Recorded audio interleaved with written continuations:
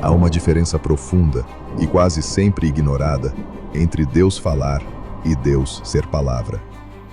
A Bíblia não começa dizendo que Deus escreveu. Ela começa dizendo que Deus disse. E disse Deus: haja luz. Antes do texto, houve voz.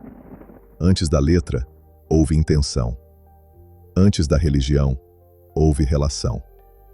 E quando João abre seu evangelho, ele não começa com um berço, nem com um milagre, nem com uma genealogia. Ele começa com um abismo filosófico. No princípio era o Verbo estava com Deus, e o Verbo era Deus. João não está falando de um som, não está falando de sílabas, está falando de logos, sentido, razão, significado último da existência. Jesus não é apenas alguém que falou palavras de Deus. Jesus é a palavra de Deus em forma de gente.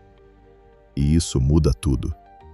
Porque se Jesus é a palavra, então Deus não se revelou primeiro num livro, mas num rosto, num corpo, num jeito de viver, num modo de amar, num silêncio diante da violência, num perdão oferecido antes do arrependimento. A palavra não veio para ser decorada, veio para ser encarnada. O grande escândalo do cristianismo não é a cruz. A cruz já existia. O escândalo é a encarnação. Deus aceitou ser interpretado por meio de um ser humano. Jesus é Deus dizendo: é assim que eu sou quando você consegue me entender. Por isso, tudo o que tenta explicar Deus sem passar por Jesus corre o risco de ser idolatria sofisticada. Pode ser teologia, pode ser doutrina, pode ser ortodoxia, mas se não tem o cheiro de Jesus, não é o Deus revelado. Jesus é a palavra que anda, que toca leprosos, que conversa com mulheres proibidas, que acolhe crianças descartáveis, que confronta sistemas religiosos que sabem citar Moisés, mas não reconhecem a misericórdia. A palavra de Deus não veio gritando condenação, veio sussurrando graça. E aqui está o ponto que quase ninguém percebe. Quando você transforma a Bíblia em algo maior do que Jesus, você mata a palavra tentando defendê-la. A Escritura aponta: Jesus é o alvo. A Bíblia é lâmpada. Jesus é a luz. A letra informa. A palavra viva transforma. Foi por isso que Jesus disse aos religiosos: vocês examinam as Escrituras achando que nelas tem a vida eterna, mas não querem vir a mim para terem vida. Ou seja, você pode saber tudo sobre o texto e nunca encontrar a palavra. Porque a palavra não é um conceito correto. É um encontro que desorganiza. Jesus é a palavra que desmonta nossas certezas morais, que confunde nossa lógica meritória, que expõe nossa necessidade de controle.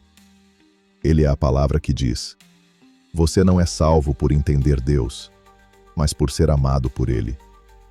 E isso é profundamente libertador e profundamente ameaçador. Porque uma palavra viva não cabe em sistemas fechados, não se deixa sequestrar por partidos religiosos, não serve como arma ideológica. Jesus é a palavra que escapa das nossas gaiolas. Quando Deus quis falar definitivamente, Ele não escreveu um novo mandamento. Ele viveu uma vida.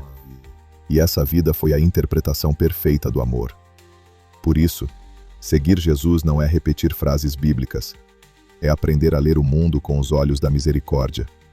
É permitir que a palavra nos leia.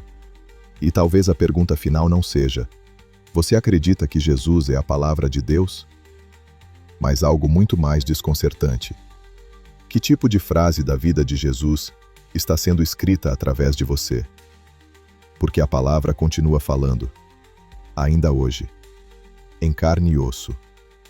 Porque se Jesus é a palavra, então Deus não se revelou primeiro num livro, mas num rosto, num corpo, num jeito de viver, num modo de amar, num silêncio diante da violência, num perdão oferecido antes do arrependimento.